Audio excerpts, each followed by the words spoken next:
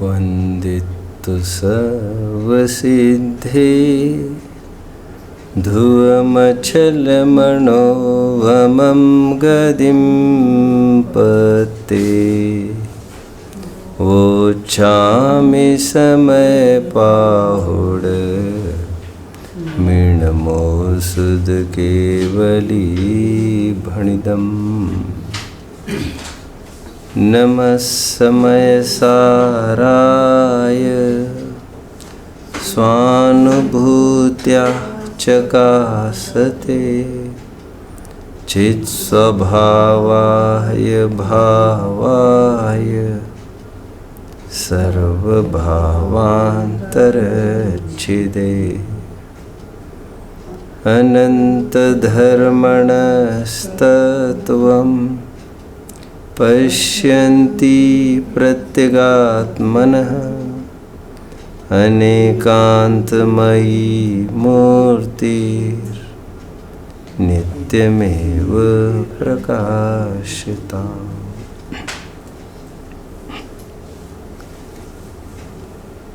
दो चार घंटे सोने से, दो चार घंटे लेटने से कोई मर नहीं जाता और ना ही किसी को लेटने वाले के प्रति, सोने वाले के प्रति ये मरा है ऐसा भ्रम भी उत्पन्न होता है। नहीं होता ऐसा। बड़ी सरलता से हम इस बात को पचा रहे हैं, समझ रहे हैं कि हाँ, सोना मतलब कोई मरना थोड़ी होता है। हम सरलता से ये कह देते हैं किसी सोते हुए जीव को देखकर, ठीक है 2-4 घंटे के बाद आकर मिल लेंगे। जितनी सरलता से हम ये स्वीकार करते हैं, उतनी सरलता से जो सिद्धांत में अभी बताऊंगा उसमें क्यों स्वीकार नहीं किया जा रहा है। अब विचार करिए, एकाध पर्याय चली जाए, एकाध इहलोक की पर्याय चली जाने से शाश्वत स्वरूप से हाथ नहीं धोना पड़ता, जीव का मरण नहीं होता स्वभाव की तरफ से देखो तो। और वैसा ही विचार करें तो जिसकी पर्याय चली गई है उसको 2-4 समयों में कहीं और देखा जा सकता है। Change of dress and address is death. अब एड्रेस भी सचमुच बदलने की कोई वैसे आवश्यकता नहीं है। कहो तो उसी घर में जन्म हो जाए।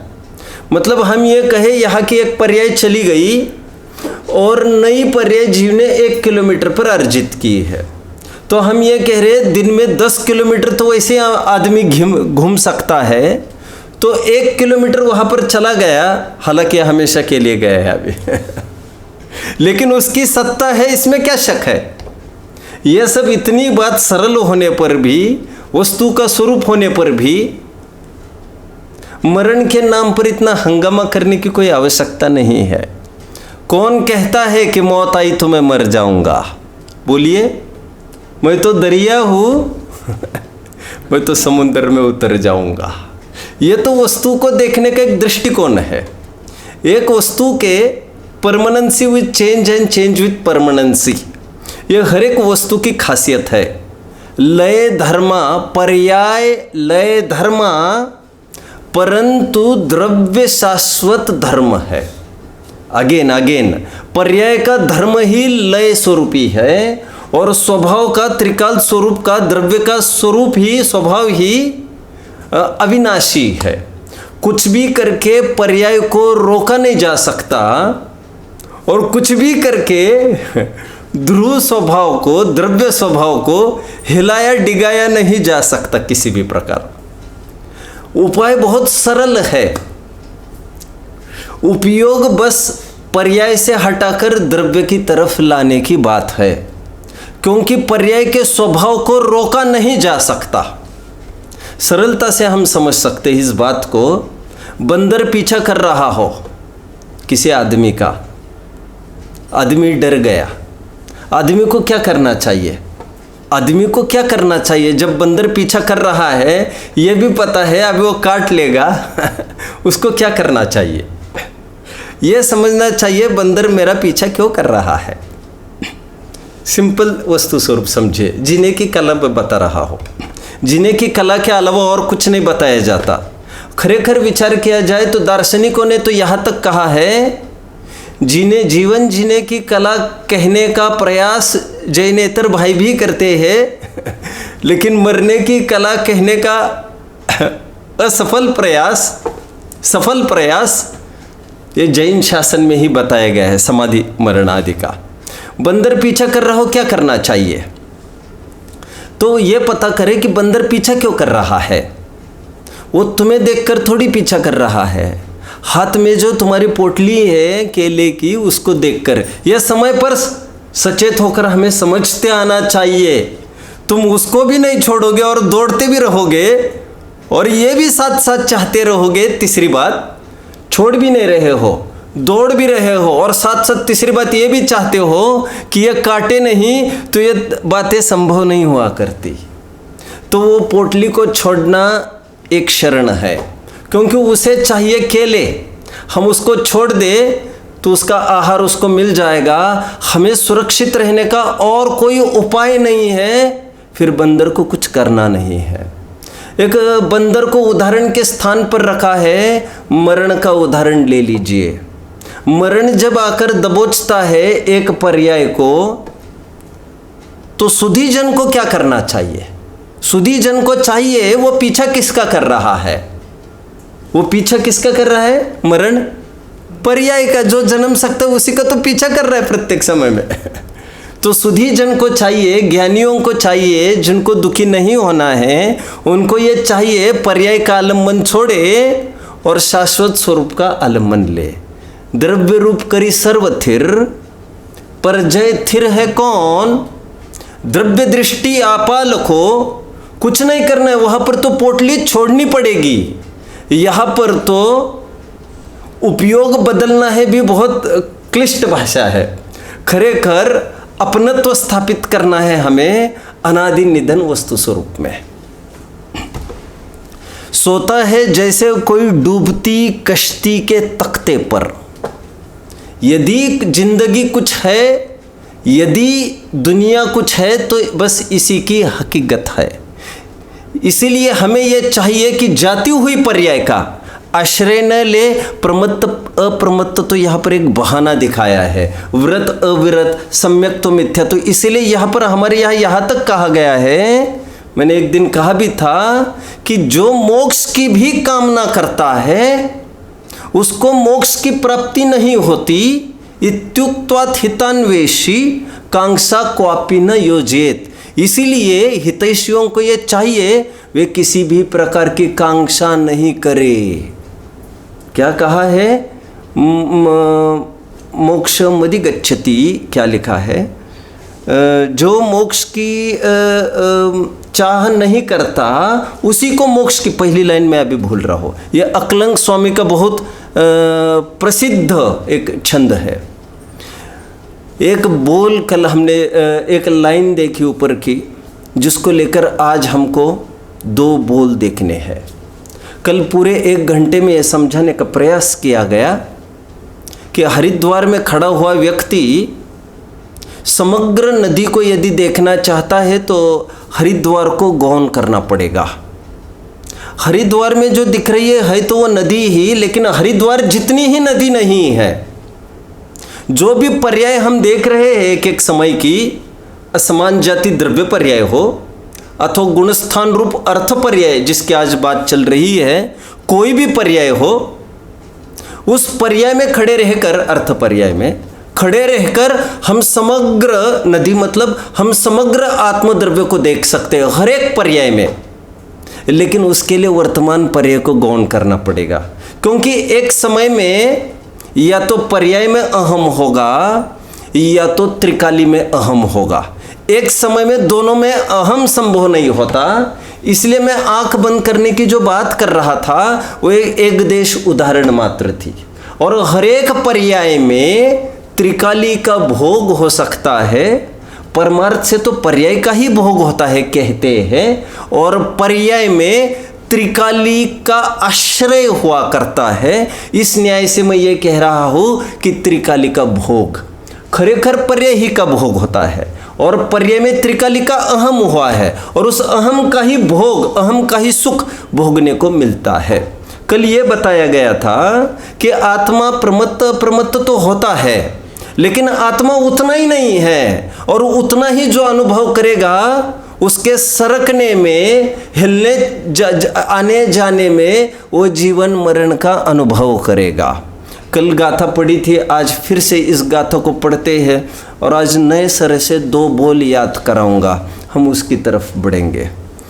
नवी होदि अपमत्तो नपमत्तो जान गो दुजो भावो एवं भणन्ति शुद्धम नादो जो सो दुसो चेव।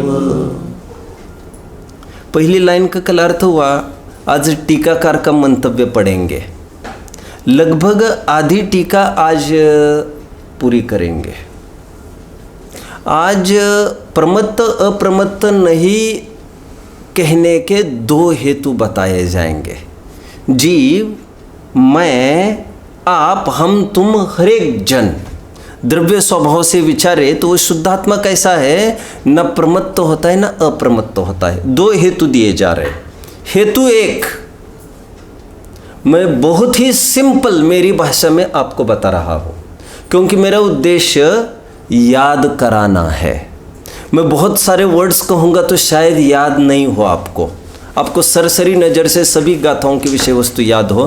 पहला हेतु आचार्य दे रहे हैं, जीव प्रमत्त क्यों नहीं होता, विचार करना। देखिए, प्रमत्त जो पार्ट है ना, वह शांत है, इसको समझिए। पहले हम मान के चलिए प्रमत्त को हम पहले से 6वें गुणस्थान तक देख रहे हैं। प्रमत्त है वो शांत है, अनादि तो है लेकिन शांत है। अप्रमत्त पार्ट कोई ये कहे, हालांकि इसको भी मैं बाद में वाइप करूंगा कि ये अनंत है, फिर भी है तो सादी। कहीं सादी की गंध है, कहीं शांतपने की गंध है, दोनों तरफ एंडलेस नहीं है। और आचार्य देव पहला हेतु यह दे रहे कहने का कि मैं प्रमत्त भी नहीं हूँ, अप्रमत्त भी नहीं हूँ। क्योंकि मैं अनादि निधन हूँ। प्रमत्त कहने में शांतपने की बात आती है, अप्रमत्त कहने में सादीपने की बात आती है, और मैं न सादी हूँ न शांत हूँ, मैं तो अनादि निधन हूँ। न्यूटन का शायद ये सेकंड लॉ है, second law, a thing can neither be created, हर एक जन जानता है। A thing can neither be created nor destroyed, a thing can just be transferred from one form into the other. किसी भी वस्तु को बनाया और बिगाड़ा नहीं जा सकता, कंस्ट्रक्शन नहीं हो सकता द्रव्य का, कंस्ट्रक्टिव वर्क पर्याय में हो सकता है। वो डिस्ट्रक्शन और कंस्ट्रक्शन पर्याय की बात है। द्रव्य स्वभाव में न कंस्ट्रक्शन की नया कुछ बनता नहीं और बना हुआ कुछ बिगड़ता भी नहीं। पहला हेतु दिया जा रहा है, प्रमत्त क्यों नहीं हूं, क्योंकि मैं अनादि निधन हूं। आचार्य देव थोड़ी नास्ति परक भी बात कर रहे हैं। अभी बोल इतना सही ध्यान मेरे को, इसका थोड़ा सा मैं खोलता हूं आचार्यों के एक एक शब्दों को। आचार्य देव कह रहे अनादि क्यों नहीं, पहले तो नास्ति परक भी कह रहे हैं अनादि निधन हूँ और क्षणिक नहीं हूँ, 2 बातें कह रहे हैं। अनादि क्यों हो, आचार्य देव और बहुत क्लासिफाई करके बात कर रहे हैं। अनादि क्यों हो, क्योंकि मैं स्वयं सिद्ध हूँ, मेरी सिद्धि किसी और के माध्यम से नहीं हुई है, मैं अपने आप में ही सिद्ध हूँ। मुझे किसी के कारण मैं नहीं बना हूँ, मैं अकारण तत्व हूँ, उसी को कह रहे स्वयं सिद्ध। क्यों, शेर को राजा किसने बनाया है जंगल का? क्षत्र चूड़ामणि का उदाहरण। शेर को राजा किसने बनाया जंगल का?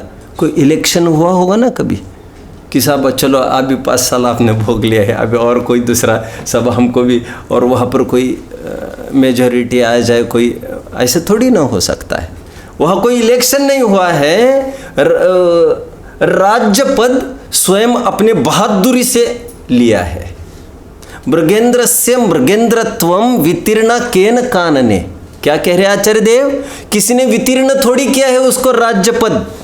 आगे लिखा है, पहले लिखा है जीवितात्तु पराधीनात् जीवानाम मरणम वरम। अगेन अगेन अगेन, जीवितात्तु पराधीनात् जीवानाम मरणम वरम। पराधीनता की अपेक्षा जीवों को मरण बेहतर है। स्वाधीनता को घोष चल रहा है वहाँ पर। यदि जैन शासन में अमृत नाम की कोई चीज़ होगी तो वो स्वाधीनता है, जहर नाम की कोई चीज़ होगी तो वो पराधीनता है। और शेर ने भी स्वाधीनता से ये पद अंगीकार किया है, मेरी जो सत्ता है वो अनादि है, मैं स्वयं सिद्ध हूँ। क्योंकि सहज कोई पूछेगा ना, सब आपके ओरिजिन कहाँ से है, स्वयं सिद्ध, उसमें कारण नहीं हो सकता कुछ। अनादि का हेतु ये दिया, स्वयं सिद्ध होने से अनादि है। एक, आगे बढ़ते हैं। इसलिए माँ बाप से पैदा हुआ हूँ, मेरा कुल ये है, मेरा गोत्र ये है, ये सब खत्म हो गया, मेरा नेटिव ये है। उसके साथ लगे हुए जितने भी झगड़े हैं वो सब खत्म होते हैं, क्योंकि मैं पैदा ही नहीं होता। और जो पैदा होने वाला तत्व है उसके पीछे मैं अपना जीवन नहीं बिगाड़ सकता। एक, अभी कोई कह रहा था 2-3 दिन में मुझे, अमेरिका में शायद वाइट्स और ब्लैक्स का फिर से कुछ चल रहा है क्या ऐसा? अच्छा, समवन टोल्ड मी, फ़ोन पर बात करते समय उन्होंने, साधर्मी भाई थे हालांकि, उन्होंने मुझे कहा ये चालू हुआ है फिर से। कितनी बड़ी बात है। ठीक है, आगे बढ़ते हैं। ये चमड़ी वाला ही मैं नहीं हूँ, ये समझने आने पर ये सब बातें क्या कोई छोटा बड़ा नहीं। हमारे महावीर की शिक्षाओं में ये मूल शिक्षाएं बताई जाती है। हमारे यहाँ अष्टावक्र बताए गए हैं, और निर्वाण होने के लिए कोई आकार प्रकार रंग की कोई बात नहीं। हमारे यहाँ 2 तीर्थंकर, क्या बढ़िया है। सब एक ऐसा लगता है सब मैनिपुलेटेड है। ये किसी को लगेगा तीर्थंकरों में भी 2 सफ़ेद है, कुछ हरे है, कुछ काले भी है, कुछ स्वर्ण रंग वाले भी, सब है, सब क्वालिटी है। वो कोई आड़ी बात नहीं आ सकती कॉम्प्लेक्शन। आगे बढ़ते हैं, आगे बढ़ते हैं। अनादि हूँ क्योंकि मैं स्वयं सिद्ध हूँ। अनंत क्यों हूँ? क्योंकि मैं विनाशी नहीं हूँ। क्षणिक क्यों हूँ? क्योंकि मैं नित्य हूँ। ये लगभग आपको एक ही वर्डिंग लगेगी आचार्य देव की, ये टोन है। और मैं सदा प्रकाशमान हूँ। पहला बोल मैंने आपको इतना सही याद कराया, प्रमत्त प्रमत्त क्यों नहीं हूँ? क्योंकि मैं अनादि निधन हूँ। अभी पूरा जोर हमको दूसरे बोल में लगाना है, उससे पहले हम 1-2 लाइन पढ़ लेते हैं। आइए टीका देखिए, टीका शेयर करें आप आपस में। देखिए, जो स्वयं अपने से ही सिद्ध होने से, अपने से ही सिद्ध है मतलब किसी के बलबूते से मेरी सत्ता नहीं है, किसी के होने के कारण मैं नहीं हुआ हूँ। जो स्वयं अपने से ही सिद्ध होने से, किसी से उत्पन्न हुआ न होने से अनादि सत्ता स्वरूप है। 1, कभी विनाश को प्राप्त न होने से अनंत है। 2, नित्य उद्योतरूप होने से क्षणिक नहीं है। 3, और स्पष्ट प्रकाशमान ज्योति है। 4, ऐसा जो गायक एक भाव है वह। इन सब पार्ट को मैंने अनादि निधन में रख दिया है, और इसको मैंने पहला बोल बनाया है। Easy to understand. आप भी और सर्च करिएगा इसमें क्या नवीन हो सकता है। इसमें हार्ड एंड फास्ट कुछ नहीं है, जैसा मैंने बताया वैसे ही आपको चलना है, क्योंकि सबका थिंकिंग वेरी हो सकता है। इसमें कोई शक नहीं, किसी भी थिंकिंग से हमें सुख की प्राप्ति हो सकती है। अनादि निधन हो, अनादि निधन हो मतलब मेरा जन्म नहीं हुआ और इसलिए मैं मरण को प्राप्त नहीं हो सकता। जन्म संबंधी, मरण संबंधी समस्त आदि व्याधियाँ, संकल्प विकल्प खत्म हो गए। आगे दूसरा बोल समझिए। दूसरा बोल थोड़ा भारी है। ये कहा जा रहा है कि पर्याय की तरफ से देखिए आत्मा को, तो पर्याय की तरफ से कर्म से तो बंधा है जीव। सांसारिक जीव की बात कर रहे हैं। सांसारी जीव पर्याय की तरफ से देखो तो कर्म से तो बंधा है। इसे अनुपचरित असद्भुत व्यवहार नहीं कहते हैं। डजेंट मैटर, आपको नहीं ज़्यादा समझ में आ रहा तो कोई वांदा नहीं, और मैं भी इन टर्म्स को अवॉइड कर रहा हूँ। वैसे कर्म से बंधा है जीव, ऑटो कर्म का बंध है ही है हमको। बंध भी क्या, और उदय तो हो ही रहा है। बंध तो कदाचित आयु कर्म का नहीं भी हो, 7 कर्म का तो निरंतर बंद हो ही रहा है, 8 कर्म का तो उदय है। इस न्याय से हर एक जीव, सांसारी जीव, कर्मों से वेष्टित है, कर्म से उसका बॉन्ड चल रहा है। यहाँ तक कि आप पाएंगे 14वें गुणस्थान तक, जहाँ तक संसार अवस्था कही है, अघाती कर्म तो वहाँ पर भी है सत्ता में, और अनंत कर्म है वहाँ पर भी। तो कहते हैं सांसारी जीव को पर्याय की तरफ से देखिए तो पुद्गल कर्म से लदा है ये जीव, और जब ये कर्म उदय में आता है तो उदय में आता है तो नाना क्रिया विक्रिया करता है, और राग द्वेष रूप परिणमता भी है ये जीव। आप समझ रहे हैं मेरी बात को? मैंने इस बहाने ये आपको बताने का प्रयास किया, पर्याय की तरफ से देखिए तो जीव द्रव्यकर्म, भावकर्म, नौकर्म से बंधा है। हालांकि नौकर्म से बंधा कहने का बहुत औचित नहीं है, बट इवन देन मैंने अभी जो बाहर का सहयोग कहा उसको नो कर्म बोल दिया। आप कुछ समझ रहे हैं मेरी बात को? मैं फिर से बोल देता हूँ। ज्ञानावरण आदि जो कर्म है, जो आंखों से नहीं दिखता, पौद्गलिक चीज है, उसे द्रव्य कर्म कहते हैं। और जो राग द्वेष आदि आदि जो हो रहा है, ज्ञान कहीं ना दिखता आदि, ये सब भाव कर्म है। और जो शरीर आदि है, ये सब नो कर्म है। मैं ये कह रहा हूँ पर्याय की तरफ से जीव द्रव्य कर्म, भाव कर्म और नो कर्म वाला है। आगे बढ़ना है मुझे, मैं आगे बढ़ता हूँ, कर्म से युक्त है। लेकिन उसी जीव को, सांसारी जीव को स्वभाव की तरफ से देखिए तो कहते हैं वो भले ही पर्याय की तरफ से नीर क्षीरवत एक में हुआ भाषित हो रहा था, बट रियली स्पीकिंग स्वभाव की तरफ से देखिए तो कोई किसी रूप नहीं हुआ है। यहाँ तक कि द्रव्य कर्म का जीव रूप होने की तो बात ही नहीं है। तीसरी गाथा में हम देख चुके, कोई द्रव्य अन्य द्रव्य रूप नहीं होता। कोई भी द्रव्य अपनी सत्ता को कभी नहीं खोता। आप क्या पढ़े लिखे हैं भैया? बोलिए। नहीं फिर भी पढ़े हैं, ठीक है, ओके। मुझे वो उदाहरण देना है जो आप समझ सके, इसलिए मैंने पूछा। इसको नहीं समझ सकते होते तो मैं और इजी में चला जाता, क्योंकि इसमें ऐसा कुछ नहीं है कि बहुत पढ़ा लिखा चाहिए। वाटर का उदाहरण 2-3 दिन पहले दे ही रहा था मैं।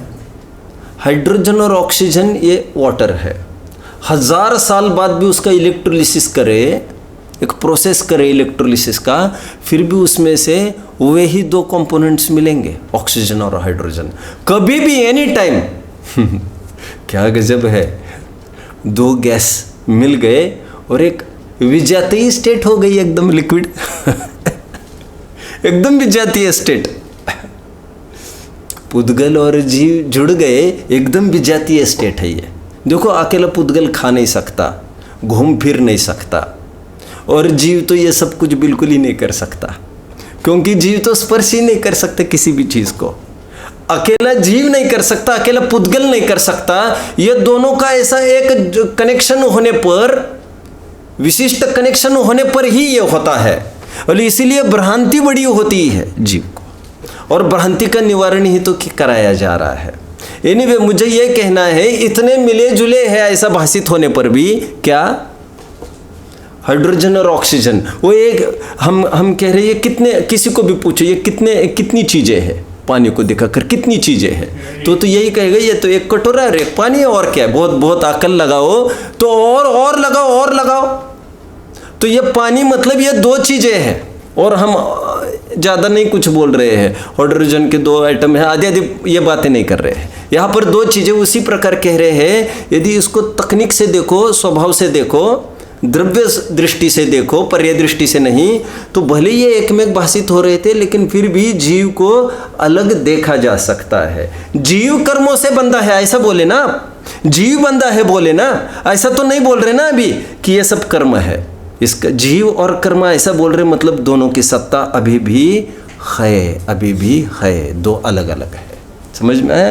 तो कह रहे स्वभाव की तरफ से देखो तो ना द्रव्य कर्म से बंधा है, और द्रव्य कर्म के उदय में जो शुभाशुभ भाव होते हैं उन रूप भी जीव नहीं परिणमता।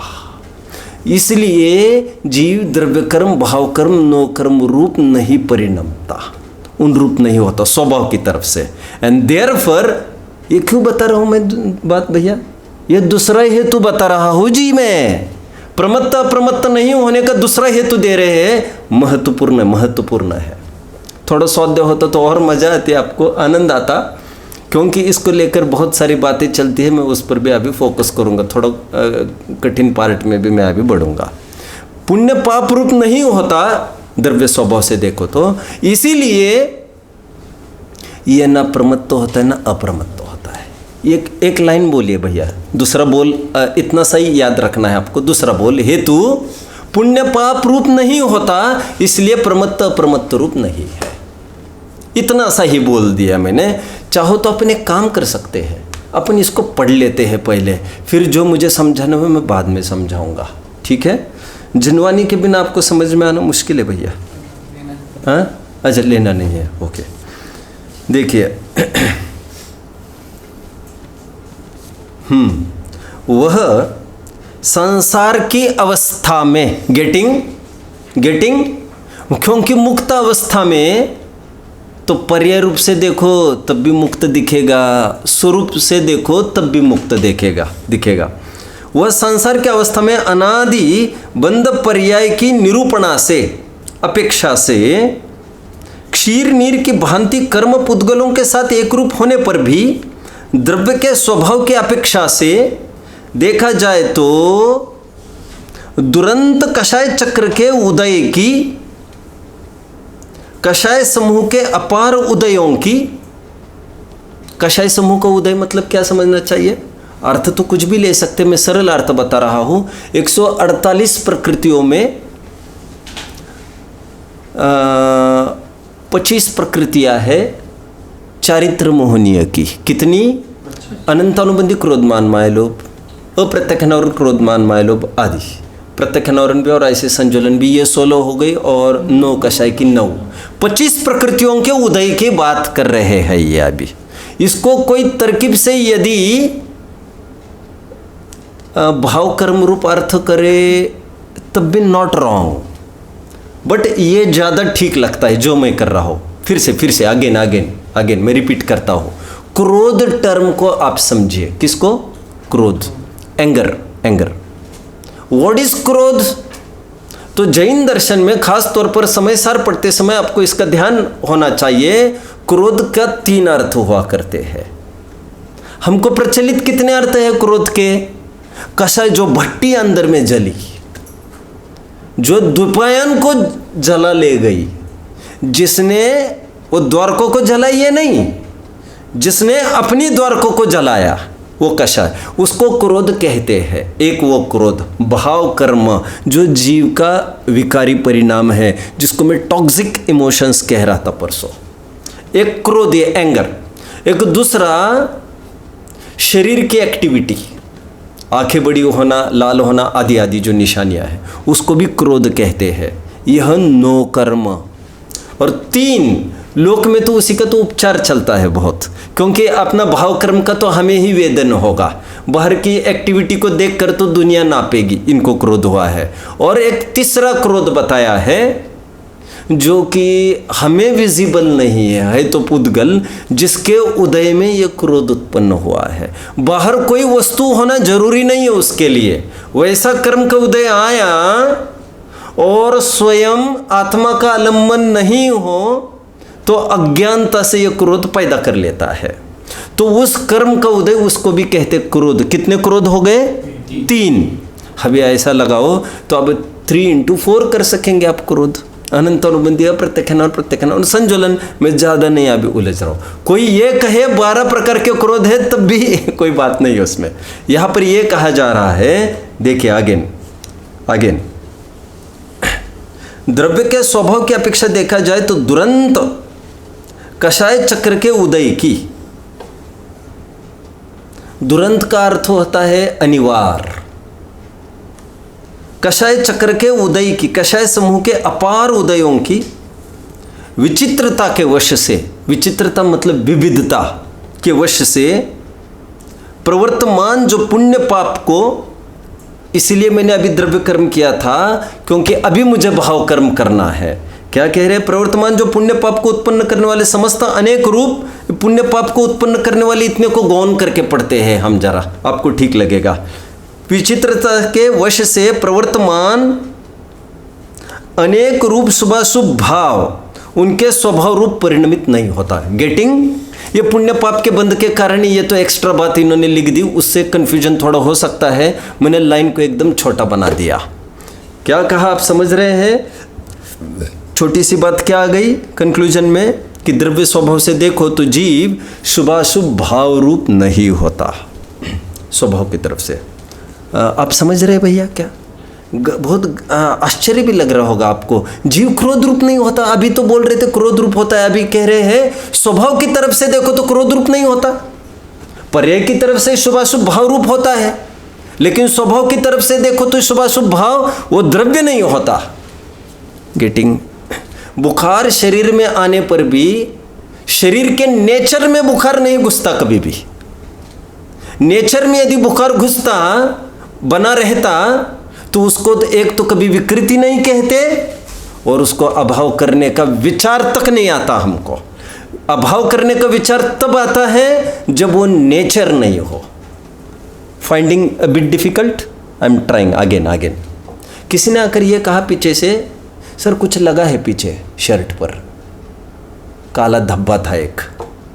आपने पीछे मुड़ के देखा, आपको आश्चर्य हुआ। क्यों आश्चर्य हुआ? क्योंकि that was not a part of your shirt, right? But दूसरा एग्जाम्पल ले लीजिए। अभी किसी ने आकर तुरंत ये कहा, जैसे मैं ही आपको कहूँ, देखो ये क्या लगा है शर्ट पर, कुछ नीला है कुछ काला है। यदि मैं ये कहूँ, आपको क्या लगेगा? This is the part of my shirt.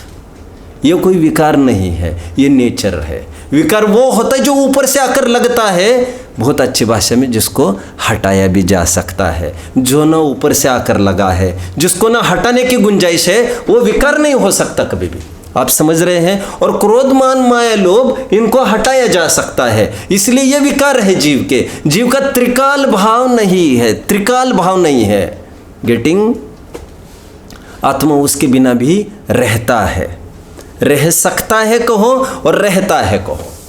इसलिए स्वभाव की तरफ से देखो तो जीव पुण्य पाप रूप नहीं होता। एंड देयरफॉर आगे अभी जो समझाना है मुझे, पुण्य पाप को उत्पन्न करने वाले समस्त अनेक रूप शुभाशुभ भाव उनके स्वभाव रूप परिणमित नहीं होता, इसलिए प्रमत्त भी नहीं है और अप्रमत्त भी नहीं है। यहाँ तक हम टीका में आए। मुझे अभी इस पर थोड़ा फोकस करना है। अब बोल के दिखाएंगे भैया, दो बोल बोल के दिखाइए सौधर्म भाई। And try to be fresh enough. अब कितने दिन चलेगा आपके पीछे ये परेशानी? 2 दिन और है। इतना ठीक है, चलो। हाँ, चलो 2 बोल के दिखाओ। नहीं है, ये तो मूल चीज है। उसके 2 हेतु, उसके हम 2 बोल बना रहे। एक हेतु क्या? अनादि अनंत। और मैंने सरल तरीके से क्या हेतु दिया? अनादि अनंत है और प्रमत्त कहो तो शांत है, अप्रमत्त कहो तो सादी है, और मैं तो अनादि अनंत हूँ, तो फिर प्रमत्त कैसे हो सकता हूँ मैं? नहीं हो सकता। एक दूसरा बोल क्या था? ठीक है, ओके। शुभाशुभ भाव रूप में नहीं होता। फिर पर्याय की भी पहले स्थापना की है, ध्यान रखना। समयसार जैसे ग्रंथ में जिन लोगों का ये आक्षेप है और प्रमत्त नहीं होता, इसी गाथा बोल रही थी, लेकिन टीकाकार ने पर्याय का भी ज्ञान कराया। कह रहे पुण्य पाप रूप नहीं होता, इसलिए प्रमत्त नहीं है। अभी देखिए, कुछ लोग ये कहते हैं कि अशुभ भाव रूप नहीं होता इसलिए प्रमत्त नहीं होता, और शुभ भाव रूप नहीं होता इसलिए अप्रमत्त नहीं होता। एक टीका है जिसमें ऐसा अर्थ किया गया है। ये मोतीलाल कोठारी की एक टीका है जो फलटन से छपी है। और काफ़ी अप्रामाणिक टीका है। ये मेरे पढ़ने में लगभग 7-8 वर्ष पहले आई थी, 8 एक वर्ष हो गए, जिसमें काफ़ी सारी बातें हैं जो अगम विरुद्ध है। एनीवे, मैं तो अर्थ कर रहा हूँ यहाँ पर। उस टीका में अर्थ क्या दिया है? शुभ भाव रूप नहीं होता आत्मा, अशुभ भाव रूप नहीं होता इसलिए प्रमत्त नहीं, और शुभ भाव रूप नहीं होता इसलिए अप्रमत्त नहीं। एनीवे, आचार्य तो इतना ही लिख कर गए थे, शुभाशुभ भाव रूप नहीं होता इसलिए प्रमत्त भी नहीं और अप्रमत्त भी नहीं है। उन्होंने ऐसा अर्थ किया, लेकिन ये युक्ति संगत नहीं है। क्यों नहीं है उसकी बात मैं अभी करूंगा। एक ऐसा अर्थ किया जाता है जो कि सही है ये अर्थ, लेकिन मैं और भी एक अर्थ करूंगा बाद में। जीव शुभाशुभ भाव रूप नहीं होता इसीलिए प्रमत्त नहीं है। हो गई एक लाइन, आप समझ रहे मेरी बात को। और अप्रमत्त भी नहीं होता, ये this is not the part of the line.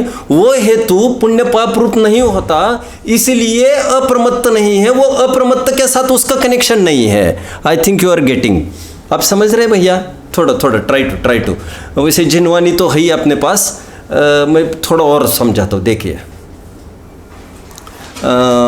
ऐसा लिया है उसमें कि जैसे जीव अजीव तत्व संबंधी भूल प्रकरण चल रहा था, मोक्ष मार्ग प्रकाशक, उसमें अज्ञानी की भूल बताई जा रही, 225 पेज पर है ये। अज्ञानी की भूल ये बताई जा रही कि अरे वो क्या मानता, क्या है? जीवाश्रित ज्ञान को और पुद्गलाश्रित उपदेश उपवास को अपना मानता है। ये बड़ी भूल है उसकी। क्या, विल यू रिपीट प्लीज? ज्ञान को अपना मानता है। हाँ,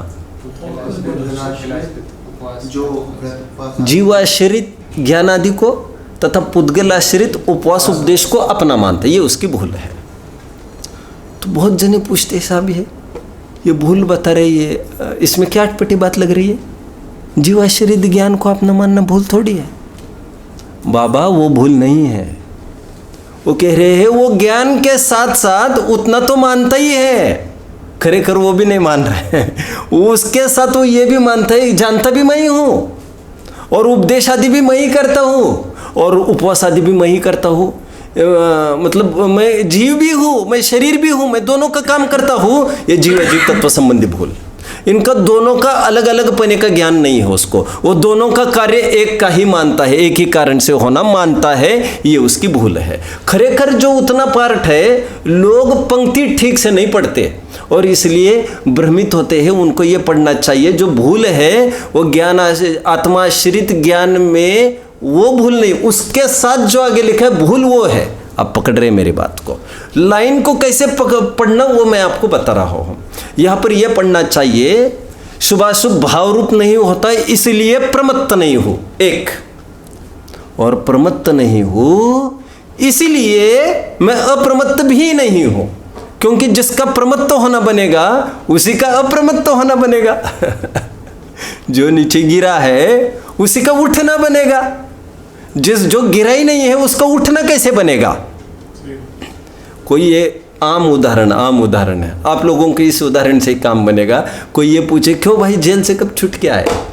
तो छूटता वो है जो कभी बंधा था।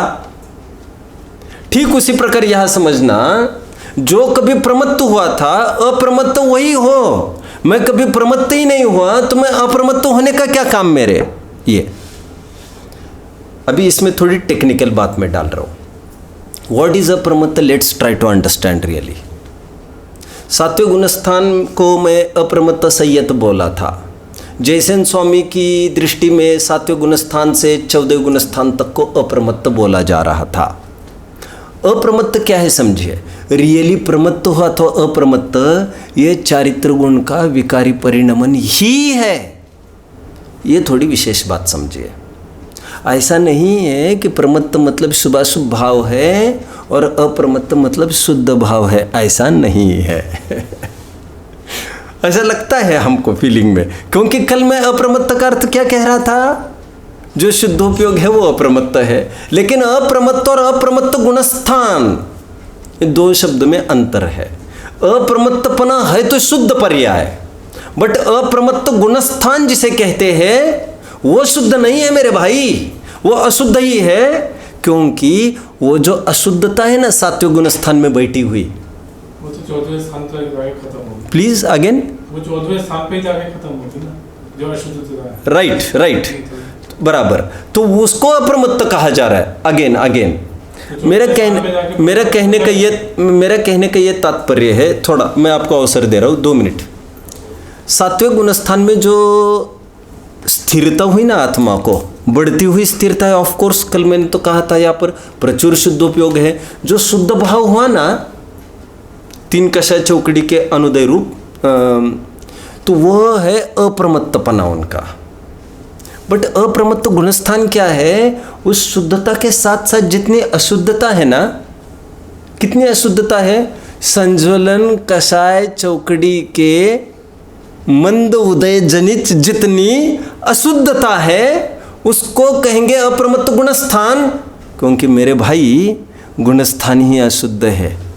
तो अप्रमत्त गुणस्थान की क्या बात लाते हो? गुणस्थान स्वयं एक विकृति है।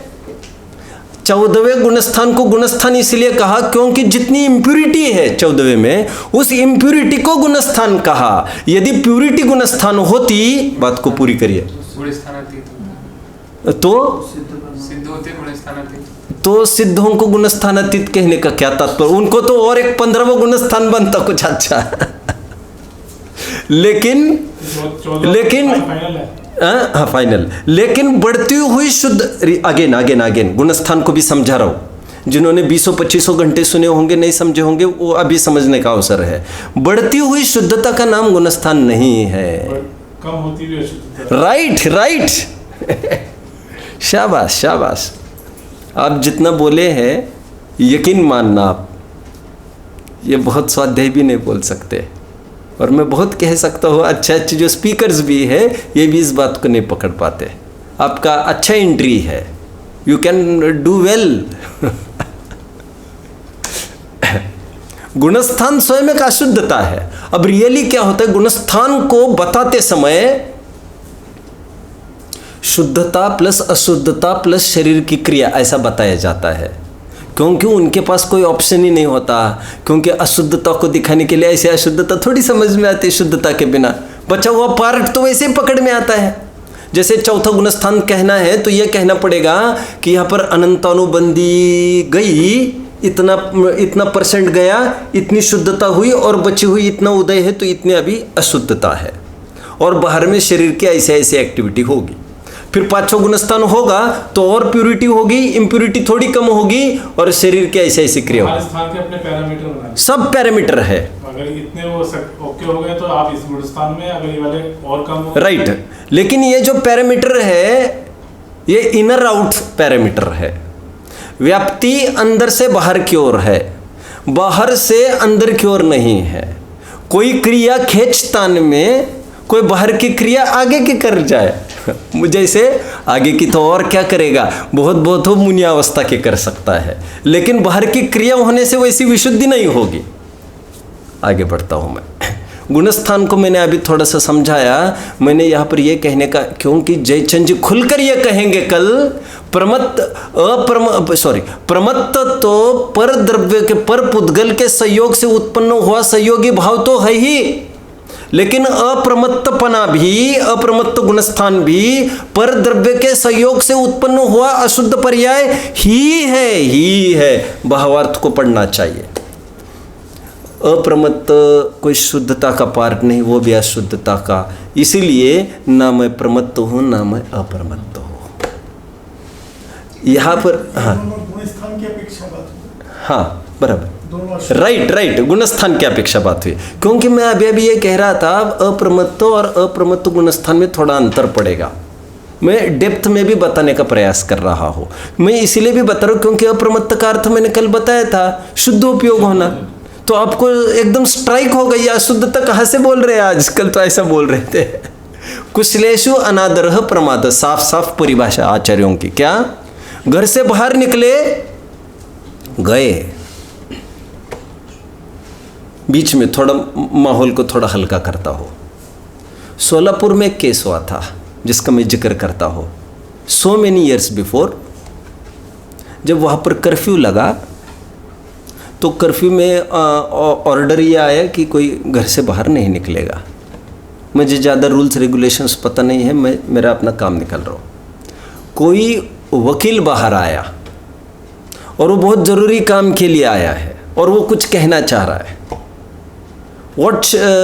How will he be treated? बोलिए आपको क्या कहना है, उसके साथ क्या बर्ताव किया जाएगा?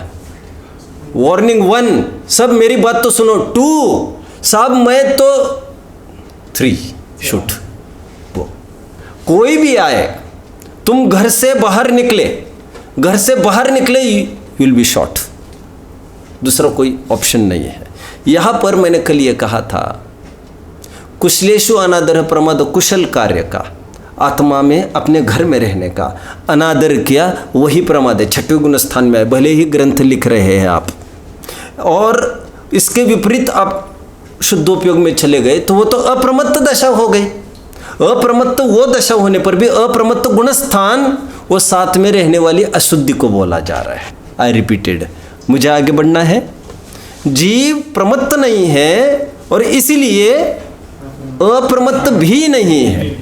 अभी मैं तीसरे अर्थ की बात कर रहा तो तीसरा अर्थ की बात करता हूँ थोड़ी सी, रियली स्पीकिंग, लेकिन इसके लिमिटेशन पड़ेगा थोड़ा सा, इसलिए मैंने कहा दूसरी अपेक्षा जमती है। मैंने कि शुभ अशुभ भाव रूप नहीं होता इसीलिए प्रमत्त नहीं है, और शुभ अशुभ भाव रूप नहीं होता इसीलिए अप्रमत्त भी नहीं है। गेटिंग? क्योंकि मैं अभी तो बोला मैंने, अप्रमत्त का भी अर्थ तो शुभाशुभ भाव ही तो है, तो प्रमत्त की ही तरफ से अप्रमत्त को क्यों कहना? डायरेक्ट इससे भी लिंक जम जाता है। But there is one limitation for that. What is that? शुभ अशुभ भाव, अशुभ भाव 9वें गुणस्थान तक ही होते हैं, शुभ भाव 10वें गुणस्थान तक ही होते हैं, एकदम सूक्ष्म लोभ, और 10वें के आगे शुभाशुभ भाव नहीं होते। लिमिटेशन ये पड़ रहा है, तो फिर अप्रमत्त गुणस्थान तो 14वें तक बोल रहे हैं ये तो शुभाशुभ भाव में वो सब दिक्कतें दिख रही है। एनीवे, जनरली ये बोलने की टोन तो है, लेकिन हालांकि योग की विकृति है, आगे प्रतिजीवी गुण संबंधी विकृति है 14वें गुण स्थान में। अभी तात्पर्य इतना ही है कहने का। दूसरा हेतु दिया, जीव प्रमत्त नहीं होता क्योंकि वो शुभाशुभ भाव रूप नहीं परिणमता। आज हमने 2 बोल देखे, मुझे रिपीट करके दिखाइए, फिर मैं तीसरा बोल की तरफ शायद कल ही बढ़ूंगा। बोलिए। प्रमत्व अप्रमत्व शुभाशुभ। जीव प्रमत्त अप्रमत्त नहीं होता, मतलब क्या? हेतु क्या? एक पहला हेतु कारण, अनादि न दिन होने से, राइट, एक। दूसरा हेतु पुण्य पाप रूप नहीं होता, और पुण्य पाप रूप नहीं होता कहने में उन्होंने पहले तो पर्याय की भी व्यवस्था दिखाई है और साथ में द्रव्य कर्म की भी बात की है, लेकिन इस प्रसंग में भाव कर्म की बात है। इसीलिए हम ये कह सकते हैं अभी तक की जितनी टीका पूरी हुई है उसमें 3 नयों की हेयता दिखाई गई। उपचरित असद्भुत व्यवहार नय, अनुपचरित असद्भुत व्यवहार नय के साथ साथ उपचरित सद्भुत व्यवहार नय का भी निषेध इसीलिए किया गया क्योंकि पुण्य पाप रूप नहीं होता कहकर उसको भी पर दिखाया। तो पहले 3 नय का खंडन इस टीका में हो गया। शेष पार्ट हम कल देखेंगे। वैसे आप लोगों को लग रहा होगा एक तो लाइन बची है छोटी सी, तो इतना तो बचा है। क्या बचा है? वही समस्त अन्य द्रव्यों के भावों से भिन्न रूप से उपासित होता हुआ शुद्ध कहलाता है। इतनी सी लाइन के लिए मुझे मेहनत लगेगी बहुत, और वह नवी होदी अपमत्तो नपमत्तो जानो गोदू जो भावो, इसका अर्थ भी नहीं है ये तो कल और एक टर्म चलेगा आगे, नया नेक्स्ट लाइन चलेगी कल, तो उसका ये अर्थ है छोटे से पार्ट का। तो इसको अपन कल ही देखेंगे अच्छे मूड में। आज हमने इतना सा ही देखा, जो जीव मरण की आशंका में भय के साये में प्रतिपल मरने का दुख उठा रहे हैं, उन जीवों को ये चाहिए वे स्थायी स्वरूप का आलम्बन ले, और स्थायी स्वरूप के लिए कहीं बाहर ढूंढने नहीं जाना है। सबका अपना अपना त्रिकाली स्वरूप है, उसी त्रिकाली स्वरूप का आश्रय करना है। और ये कब कर सकेंगे? हर एक पर्याय में उस पर्याय को गौण करे तो समग्र आत्मा दिखाई देता है, क्योंकि वस्तु के दो ही अंश है, एक तो ध्रुव और एक तो पर्याय। जिसमें से वो पर्याय निकली है वो ध्रुव ही तो है। वो पर्याय को मुख्य नहीं करके ध्रुव को करना है, तात्पर्य इतना। ओम नमः। कोई प्रश्न? वो समझना था। हाँ। उसे अनादि शांत का वो अनादि अनंत भी हो सकता है ना? एक मिनट, अनादि अनंत क्या क्या हो सकता है? प्रमत्त अनादि अनंत भी हो सकता है। हाँ बराबर। एक मिनट अभव्यों को ये अनादि अनंत भी होगा, अप्रमत्त, इतना समझना चाहिए। हाँ बोलिए बोलिए। एक जो प्रमत्त नहीं अप्रमत्त नहीं है, क्योंकि अनादि अनंत है। हाँ। स्वभाव को परिणति होने से भी प्रमत्त नहीं है और अप्रमत्त भी नहीं है। हाँ। लेकिन क्या ऐसा भी हो सकता है क्या शुभाशुभ भाव भी पर्याय है और प्रमत्त अप्रमत्त भी पर्याय है? इससे अपेक्षा भी हम कह सकते हैं कि वो प्रमत्त नहीं अप्रमत्त नहीं है, ऐसा नहीं कह सकते? उसमें एक दिक्कत ये आएगी, यदि क्षणिकता का ही हेतु दिया जाए तो फिर तो कोई ये भी कह सकता है शुद्ध नहीं होता, शुद्ध भाव रूप नहीं परिणमता, इसलिए प्रमत्त अप्रमत्त नहीं होता। आप समझ रहे मेरी बात को? नहीं समझे? अरे आपने क्षणिकता का हेतु दिया ना, लेकिन शुद्ध भाव भी तो क्षणिक है ना, आप समझ रहे हैं? और यहां पर शुद्ध भाव का तो निराकरण नहीं करना है इनको। शुद्ध भाव को यहां पर अपना नेचर, यहां पर जो निर्मल पर्याय व्यक्त हुई है उससे भिन्नता नहीं दिखाना है यहां पर। अच्छा। हाँ। त्रिकाली ध्रुव का आश्रय करके त्रिकाली ध्रुव को बताना है कि वो मैं हूँ, तो फिर ये शुद्ध पर्याय भी मैं नहीं हूँ, ऐसा नहीं आएगा? नहीं, ऐसा है इसमें, यहाँ पर शुद्ध पर्याय को प्रकट कराने के लिए पूरा आयोजन चल रहा है। जैसे 47 शक्तियों का प्रकरण है ना, जिसमें कहते निर्मल पर्याय को साथ लेकर बात की गई है, उसी तर्ज पर बात चल रही है। शुद्ध भाव को अपना बताया जा रहा है, क्योंकि जैसे ये होता है ना, कुपुत्र है वो मेरा नहीं है, और सुपुत्र को अपने कहने की जो पद्धति है वो ये पद्धति चल रही है, क्योंकि जीव की शोभा शुद्ध भाव के होने से, इसलिए शुद्ध भाव को अपना बताया जा रहा है। इसलिए हम कहते ना अरहंत सिद्ध, ये पर्याय शरण कहते ना हम, शरण, इस टोन की बात चल रही है। प्रकट करने योग्य उपादेय अपने, ऐसा अपेक्षा है, अपेक्षा। हाँ जी, हाँ, यहाँ पर आश्रय की बात नहीं चल रही है। आश्रय करने की अपेक्षा से तो वो भी है, लेकिन यहाँ पर केवल अशुद्ध भावों से ही भेद विज्ञान कराया गया है। इसीलिए मैंने 3 नयों की बात की, नहीं तो मैं चौथे भी नय की कर लेता, लेकिन चौथे नय का निराकरण इस टीका में नहीं हुआ। और कोई प्रश्न? दृष्टि तो छायक भाव को भी है कहते हैं। हाँ हाँ छायक भाव को भी है कहते हैं। हाँ, बराबर। उनको उसी तरफ से प्रश्न है कि ऐसा क्यों नहीं कहा जा रहा है, जब वो क्षणिक है इसीलिए प्रमत्त नहीं है, ऐसा क्यों नहीं कहना, उनका कहना है। क्षणिक तो शुद्ध भाव भी है। चलो, और कोई प्रश्न है? आपको कुछ प्रश्न था, बोलिए। नहीं, बस पूरी पूछना था कि द्रव्य क्रम क्या होते हैं, भाव क्रम और नो क्रम क्या होता है? देखिए, बहुत सरल है। देखिए, जीव को जो राग द्वेष हुआ ना, वो भाव कर्म। भाव मतलब जीव, द्रव्य मतलब पुद्गल। ओके, तो जो एनिमस अनएनिमस जिसको कहते हैं, लिविंग एंड नॉन लिविंग, तो जब भाव कर्म मतलब जीव का परिणाम, एंड द्रव्य कर्म मतलब जैन दर्शन ने कर्म फिलॉसफी मानी है। द्रव्य कर्म का कैसा उदय आता है, जिसमें जीव नाना प्रकार की चेष्टा कुचेष्टा करता है, वो जो उदय है जो दिखता नहीं है हमको, उसे कहते हैं द्रव्य कर्म। और ये जो ये दिखता है ये 9 कर्म, ऐसा ये द्रव्य कर्म, भाव कर्म, 9 कर्म की बात है। सिद्ध भगवान तीनों से रहित है, ऐसा। ठीक है, और कोई प्रश्न? ठीक है, ओम नमः।